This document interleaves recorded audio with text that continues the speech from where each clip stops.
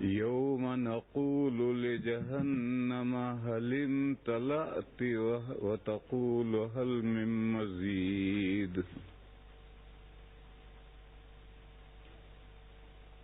بزرگوں اور بھائیوں، آج یہ آیت پڑھی گئی ہے سورہ قاف میں. یاد کرو اس دن کو جس دن ہم جہنم سے پوچھیں گے، ارے تو بھری؟ تو وہ کہے گی اور آنے دو، یعنی میں نہیں بھری. یہ آیت آج پڑھی گئی. سمجھنا یہ چاہیے کہ جہنم بہت کشادہ، بہت بڑی اللہ نے بنائی ہے، وہ بھرنے کا نام ہی نہیں لے گی. تو صحیح حدیث میں ہے کہ پھر اللہ تعالی جہنم پر اپنا پیر رکھیں گے، قدم رکھیں گے اور دبائیں گے، اس سے وہ جہنم سکڑے گی اور وہ کہے گی امتلأت امتلأت امتلأت، میں بھر گئی بھر گئی بھر گئی.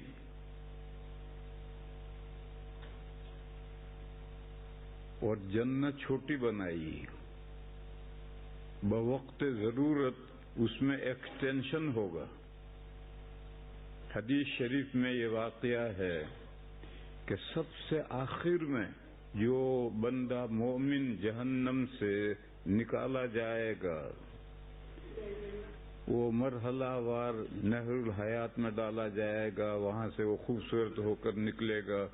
پھر اللہ تعالیٰ اس سے کہیں گے کہ جا جنت میں راؤنڈ لے کر کے آ. تو پوری جنت گھوم کر کے آئے گا، دیکھ کر آئے گا کہ پوری جنت میں کوئی جگہ خالی ہے ہی نہیں. جب وہ واپس آئے گا تو اللہ تعالیٰ پوچھیں گے تجھے دنیا یاد ہے؟ کہ جی یاد ہے، اتنی بڑی دنیا ہے.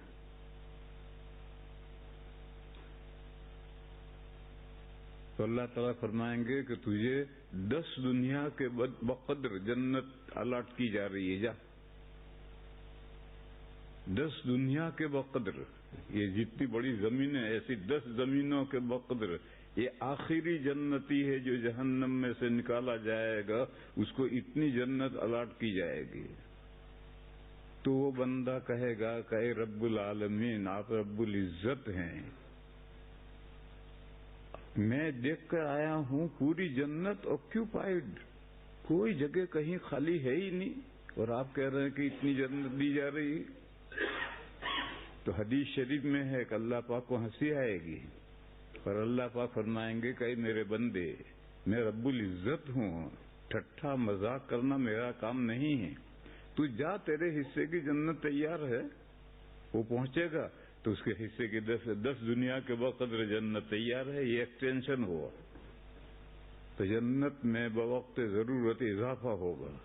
اور جہنم اتنی بڑی آلریڈی بنا رکھی ہے کہ اس کو سکڑنے کی ضرورت پیش آئے گی. جب جنات اور انسان سارے دوزخ میں ٹھونس دیے جائیں گے، تب بھی وہ بھرنے کا نام نہیں لے گی. اب اس کے لیے جو یہ آیت ہے، یوم نقول لجہنم هل امتلأت وتقول هل من مزید. یاد کرو اس دن کو جس دن ہم جہنم سے پوچھیں گے کیا تو بھری؟ تو وہ کہے گی کہ کیا اور بھی ہیں، یعنی ہیں تو آنے دو، میرے پاس بہت جگہ ہے ابھی. اسے سمجھنے کی بات کیا ہے؟ سمجھنے کی بات یہ ہے کہ اس دنیا میں گمراہی کے اسباب زیادہ ہیں، ہدایت کے اسباب کم ہیں. گمراہ لوگوں کی تعداد ہمیشہ زیادہ رہی ہے، مومنین کی تعداد کم رہی ہے. آج بھی گنتی میں تو 125 کروڑ مومنین ہیں پوری زمین پر. ان 125 کروڑ مومنین میں سے بھی بڑی تعداد مومنین کی کیسی ہے وہ آپ جانتے ہیں. سارے گمراہ فرقے بھی اس تعداد میں، اور 250 پونے 300 کروڑ غیر مسلم ہیں. اس وقت زمین پر 250 پونے 300 کروڑ غیر مسلم ہیں. تو ہمیشہ صورتحال یہی رہی. مومنین کی تعداد کم کیوں ہے؟ ہدایت کے اسباب کم ہیں اور گمراہی کے اسباب بے حساب ہیں. آج ہم مومنین جو کہلاتے ہیں، ہمارے ہر جیب میں سانپوں کی پٹائی ہے. یہ جو بڑا موبائل ہے یہ گمراہی کا بہت بڑا سبب ہے. بوڑھے بڑے لوگ چاہے اس سے گمراہ نہ ہوتے ہوں، لیکن ساری نئی نسل برباد ہو کر کے رہ گئی اس کے نتیجے میں. تو جب گمراہی کے اسباب زیادہ ہیں تو گمراہ لوگ بھی زیادہ ہیں. یہ جو مومنین ہیں، جو گنہگار ہیں، اہل کبائر ہیں، یہ بھی تو جہنم میں جائیں گے.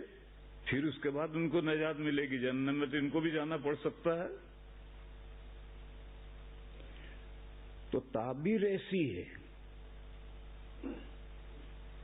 اس کے پیچھے ایک قصہ سناؤں میں. ابھی آپ نہیں سمجھیں گے، آپ عربی نہیں جانتے اس لیے بات سمجھ نہیں سکتے، لیکن ایک قصہ سناؤں. اور وہ قصہ مصر کے ایک بہت بڑے مفسر ہیں علی طنطاوی، ان کی تفسیر ہے جواہر القرآن.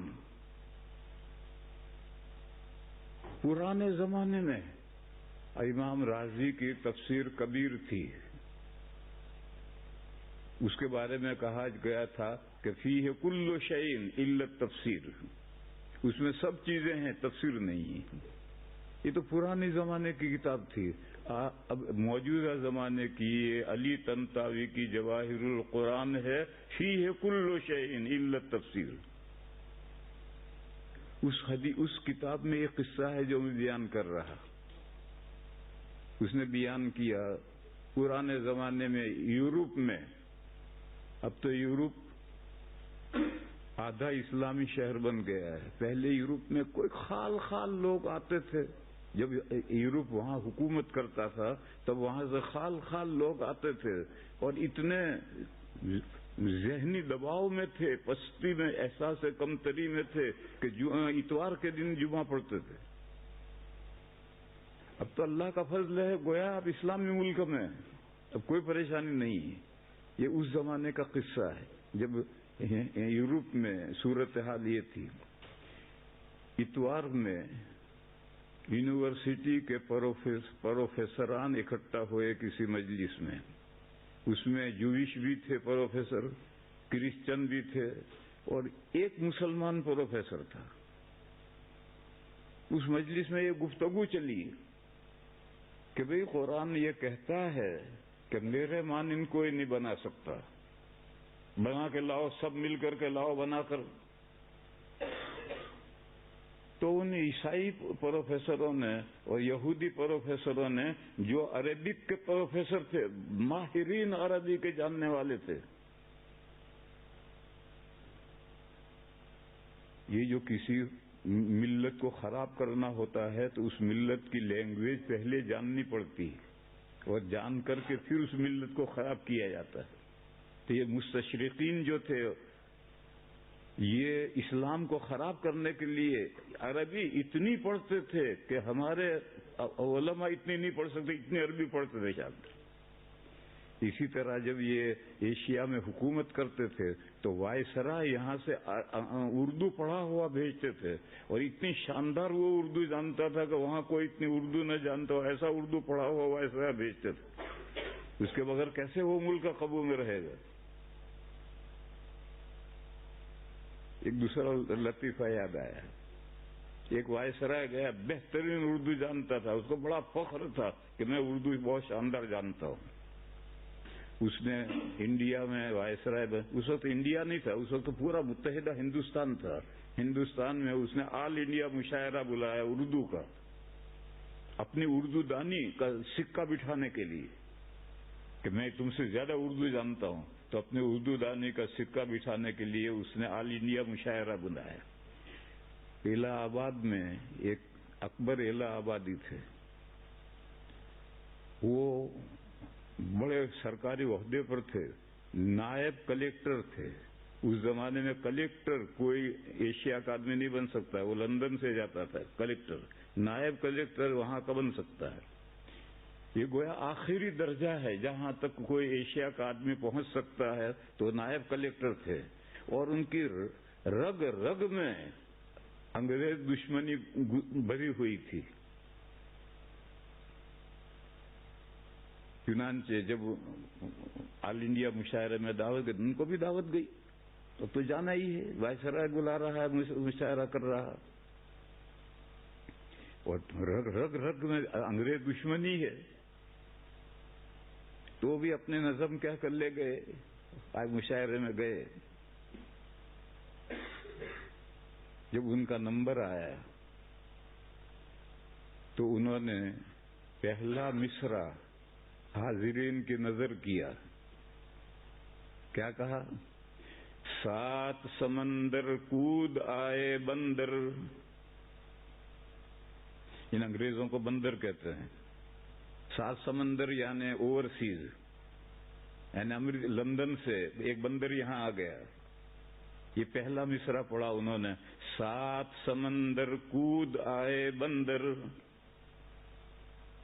تو وہ وائسرائے غصے میں پاگل ہو گیا اور وہ اپنی اردو بھول گیا. کہنے لگا واٹ یو سے، کیا بکتا ہے. وہ اردو بھول گیا، دوسری زبان واٹ یو سے. تو اکبر نے بڑے اسٹائل سے گھوما، پورٹ مائی لارڈ، کہ بندر سے مراد بندرگاہ ہے، یعنی لندن سے وائسرائے بندرگاہ پر آ کر اترے. تو گھڑوں پانی پڑ گیا، اس کا اردو دانے کا سارا گیا، نشہ گیا اس کا. بڑے اسٹائل کے کہ پورٹ مائی لارڈ، یعنی بندر سے مراد وہ منکی نہیں ہے، بندرگاہ ہے. www.attableek.com The Reviver of Iman. کیوں نہیں کر سکا؟ اس نے مشاعرہ بلایا تھا ویسے اپنے اردو دانی کا سکہ بٹھانے کے لیے، ایک ہی لفظ کے اندر چیت کر دیے. تو وہ سب پروفیسر اکٹھا ہوئے. ایک بیچارہ مسلمان پروفیسر تھا. تو ان یہودی پروفیسران نے جو انگریزی اردو عربی جانتے تھے، اور عیسائی پروفیسران جو عربی، آج بھی اس برطانیہ کے اندر یہودی اور عیسائی پروفیسران مسلمان پروفیسروں سے زیادہ عربی جانتے ہیں، آج بھی ہیں، سارے موجود ہیں. تو ان میں آپس میں گفتگو ہوئی کہ بھئی قرآن یہ جو چیلنج پھینکتا ہے کہ میری جیسے ایک سورت بنا کے لاؤ. ارے بھائی ہم بھی عربی جانتے، کیوں نہیں بنا سکتے؟ عرب تو مقابلہ کر کر کے تھک گئے. انہوں نے تو لوہا مان لیا کہ بھئی قرآن جیسا ہم سارے عرب مل کر کے بھی ایک صورت نہیں بنا سکتے. مگر یہ تو عرب نہیں ہے، عیسائی اور یہودی ہیں. انہوں نے کہا کیوں نہیں بنا سکتے، ہم عربی جانتے ہیں. اب یہ مسلمان پروفیسر تھا، اس کا جواب دینا ہے اسے. تو اس نے جواب یہ دیا کہ بھائی بنا سکتے یا نہیں بنا سکتے ہو، تجربہ کر کے دیکھ لو. سنو، جہنم تم بھی مانتے ہو، جہنم تم بھی مانتے ہو، جنت تم بھی مانتے ہو، جنت تم بھی مانتے ہو. عیسائی یہودی سبھی مانتے ہیں، اور تم یہ مانتے ہو کہ جہنم اتنی بڑی ہے کہ اس کی کوئی حد نہیں. یہ مضمون جو قرآن میں ہے یہ تو بائبل میں بھی ہے، تورات و انجیل میں بھی ہے کہ جہنم بہت بڑی بنائی اللہ نے. تو ایسا کرو، ایک سنٹینس اس میں جہنم کی زیادہ سے زیادہ گنجائش، بڑا ہونا بیان کر سکتے ہو. تو ایک ہفتے میں اگلے اتوار کو جب جمع ہم ہوں گے تو ایک سنٹینس میں جہنم کی بڑائی بیان کرو. بہت اچھا. اب ایک ہفتے جک ماری پروفیسروں نے اور طرح طرح کے جملے بنائے. ان جہنم لوسیعۃ، ان جہنم لفصیحۃ، ان جہنم لکبیرۃ، پتہ نہیں کتنے جملے بنا کر لائے. اگلے اتوار میں جب بیٹھے تو انہوں نے وہ سب جملے پیش کیے کہ ہم نے یہ جملے بنائے ہیں. تو پھر مسلمان پروفیسر نے کہا دیکھو، قرآن کریم نے ایک جملے میں جہنم کی وسعت بیان کی ہے. سنو، یوم نقول لجہنم هل امتلأت وتقول هل من مزید. تو سارے پروفیسر نے کہا کہ ہمارے سارے جملے مل کر کے اس آیت کریمہ کی گرد پا کو نہیں پہنچ سکے. اس میں اتنی بلاغت اور فصاحت ہے کہ ایک ہی بات میں کچھ اتنا بڑا کام کہ اس سے کوئی جملہ نہیں پہنچ سکتا اس کو. خیر یہ آیت آج پڑھی گئی تھی. مجھے تو آپ حضرات کو خدمت میں یہ عرض کرنا ہے کہ یہ دنیا اللہ تعالیٰ نے کچھ ایسی بنائی ہے کہ یہاں گمراہی کے اسباب بہت ہیں. آپ حضرات جو بڑے ہو یہ تو اللہ کے فضل سے اللہ کے گھر میں گھٹنے ٹیک کر بیٹھے ہوئے ہو اور سب بہترین کام کر رہے ہیں معتکفین. دوسرے حضرات بھی حسب استطاعت کام کر رہے ہیں. مگر میرے بھائیو اس دنیا کے اب تو ساری دنیا ہے. اس ملک کی کیا بات کہوں, ہمارا انڈیا اس سے بھی زیادہ خراب ہو گیا ہے. میں اپنے بچوں کو محلے کے بچوں کے ساتھ کھیلنے ہی نہیں دیتا. اگر کھیلنے دوں تو 2-3 دن گالیاں سیکھ کر آتے ہیں. اس لیے اس ملک میں اپنی نئی نسلوں کو سنبھالو, ان کو سمجھو, ان پر نظر رکھو. رات 9 بجے کے بعد جو چینل خراب شروع ہوتے ہیں وہ چینل ان کو مت دیکھنے دو. یا تو چینل بند کرو یا موبائل لے لو, جو کچھ بھی کرو. اگلی نئی نسلوں کو نہیں سنبھالو گے تو ہم تو چند دن کے مہمان ہیں, ہم تو چلے جائیں گے. پھر آگے کیا ہوگا, جیسا ہم آگے میدان ہموار کر کے جائیں گے ویسا ہی ہوگا.